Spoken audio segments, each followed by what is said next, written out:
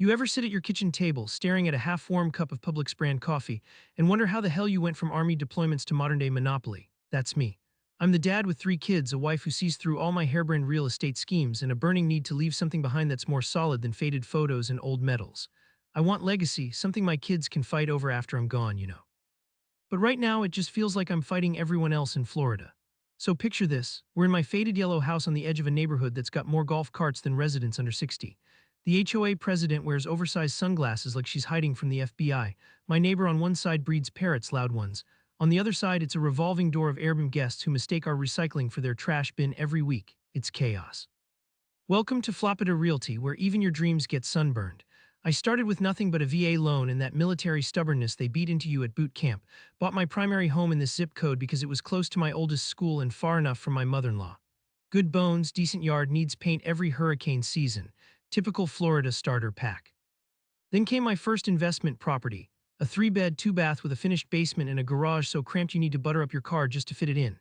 Rents for $2,200, mortgage is $1,900, netting about $300 a month if the tenants don't decide to suddenly break the disposal with an avocado pit or start growing plants in the back bedroom. That place, it's seen things. Things I never want my kids to know about until they inherit it and read my diary. I've got about $30K in cash left after closing costs, repairs, and paying off the credit card bill from that time we had to replace the entire AC unit in July. Never again. My VA loan entitlement is all tied up in my primary house, so now I'm stuck choosing between conventional loans or DSCR financing for any new deals. And God help me, but I set up an LLC because some podcast told me it would protect me from lawsuits and angry tenants, but everything is still technically in my name. The LLC is just sitting there like a kid picked last for dodgeball, awkward and useless but technically part of the team. Now here's where the drama starts pouring in faster than rain off a metal roof. I found another 3-bedroom rental listed as turnkey, with another finished basement, because apparently in Florida we pretend basements are normal and not just underground swimming pools. It isn't super modern, but it's clean and rents easy. So I'm pacing around my living room texting other local investors, most of whom are either full-time TikTok hustlers or retired cops with suspiciously tan arms, and I'm torn between two options. Do I scrape together all my cash for this rental now, or wait until I build up more reserves? If you ask my wife, she'll say wait, she wants less stress and more buffer for when things inevitably break or someone sues us over sidewalk cracks again, if you ask me. Well, patience is exactly my strong suit. But here comes twist number one. The guy selling the turnkey rental is none other than Bobby DeLuca, the kingpin of sketchy deals in our county. He's got these wild eyes like he hasn't slept since Bush was president, wears loafers with no socks, red flag, and claims he only sells solid properties. Last time someone bought from him, they found out halfway through closing that there were 3 unpaid code violations on the house, plus an alligator living under the deck named Carl. I call Bobby anyway because desperate times call for questionable acquaintances. He answers on speakerphone while chewing something loud enough to drown out half his words. Hey bud, you want to come see this beauty? Basement doesn't leak unless there's rain, but don't worry, never floods during hurricanes. I say yes, mostly because I need content for my group chat if nothing else. So Saturday morning rolls around hotter than Satan's sauna. My wife packs snacks for the kids, I grab a notepad and that fake sense of optimism you need to survive Florida real estate showings. We walk into this place and it actually doesn't smell like mold or cat pee, a miracle by local standards. But as soon as Bobby swings open the basement door, we hear a scuttling noise. My middle kid whispers, "Dad. Is that an iguana?" And sure enough, a giant green lizard darts across the floor like it owns stock in Orkin Pest Control. Bobby laughs it off. "No extra charge, that thing keeps bugs away." My wife looks at me like she wants to throttle both of us. But I'm already running numbers in my head. Mortgage would be about $1,700. Rent could pull $2,000 easy even with iguana hazard pay. The profit per door would be around $250, $300 after expenses if everything goes right, which it never does here. Here comes twist number 2. As we leave, Bobby hands me his business card. It says Property Visionary in Comic Sans, another red flag, and tells me there are already 2 offers on the place from out-of-state investors who haven't even seen it yet. You snooze, you lose, he says with a wink that makes me question every life choice so far. So now I'm back home weighing financing options. Do I do conventional or DSCR? Conventional means jumping through endless hoops about income verification and W-2s, which just makes me relive tax season PTSD. DSCR means justifying everything based on projected rental income, which is fine until an appraiser shows up during rainy season and sees Carl Jr. Iguana additions scurrying across their clipboard. Still pacing around when our parrot-breeding neighbor yells over the fence about how her cousin used DSCR loans for years before getting sued by some Canadian snowbird who slipped on wet tile.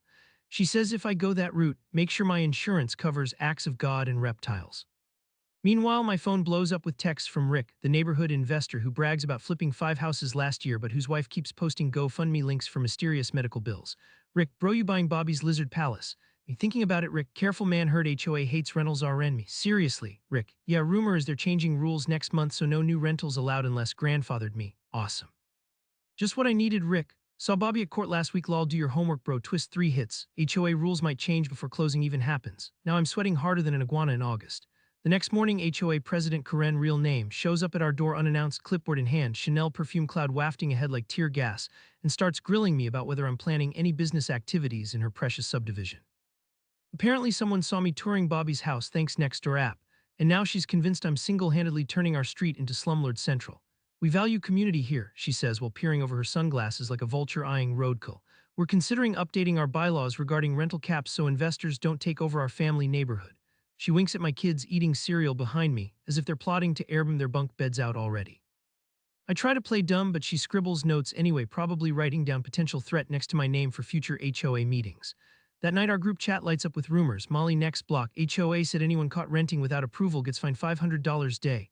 Tony, corner house. Karen threatened to tow Rick's girlfriend's car again, lol me. Should I pull out of this Bobby deal, Molly? If you don't want legal bills, yes. Tony, but also.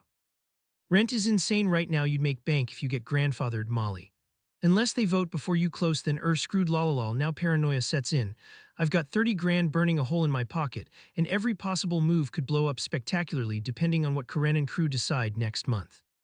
So naturally, instead of sleeping, I research LLC structures until 3 am trying to figure out how to transfer property titles out of my own name, liability nightmare, without triggering some arcane due-on-sale clause that'll have Wells Fargo breathing down my neck before Labor Day.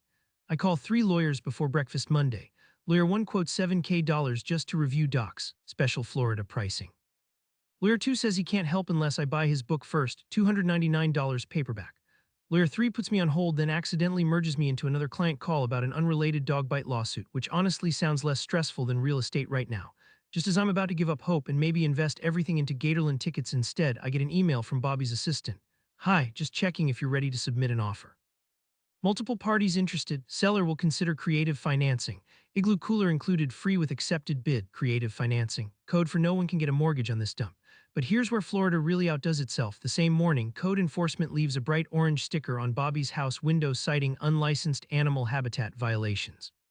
Apparently word got out about Carl Jr., and now animal control wants him relocated, or else fines start stacking up faster than HOA fees during hurricane season.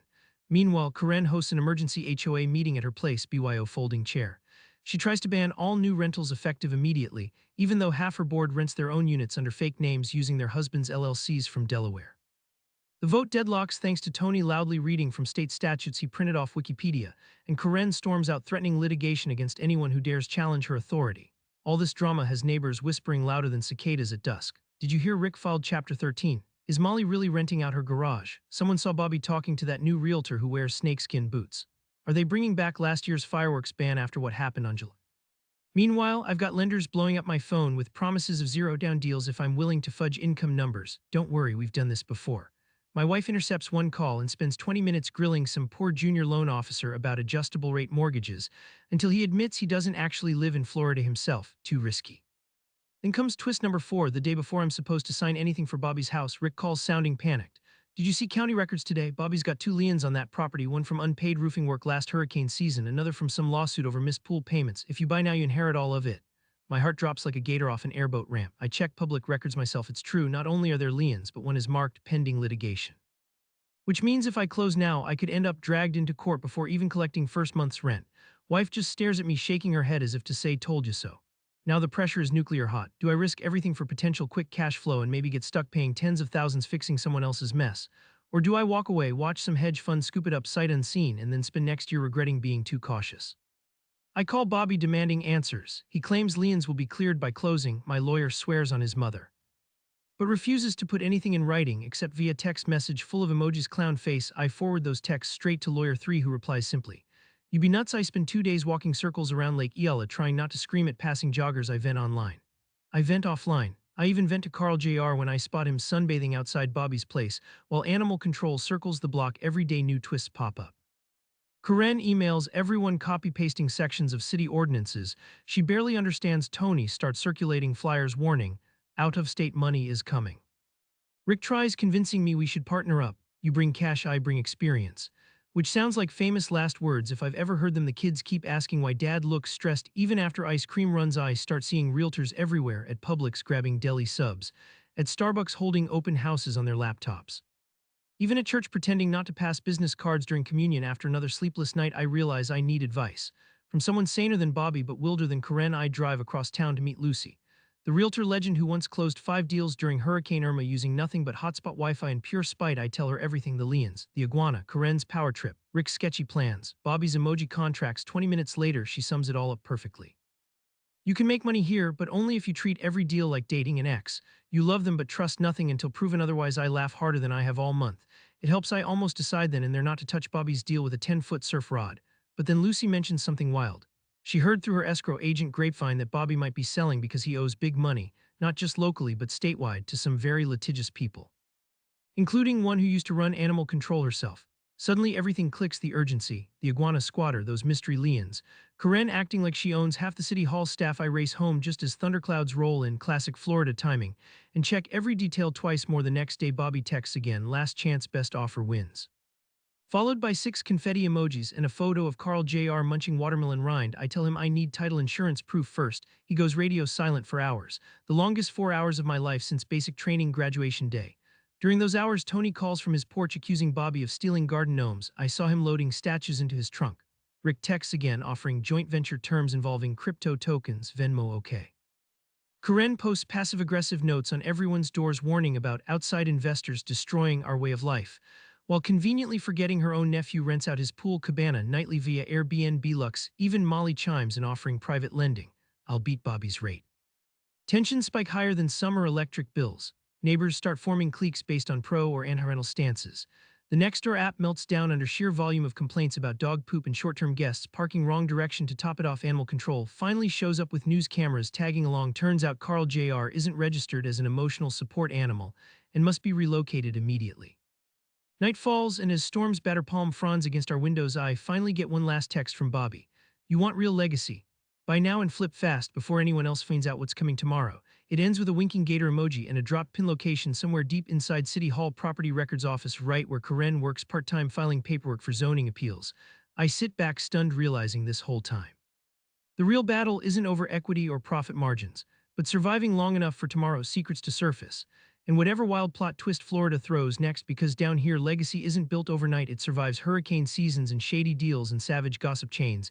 And sometimes, just sometimes, it comes wrapped inside a cryptic text message sent moments before dawn.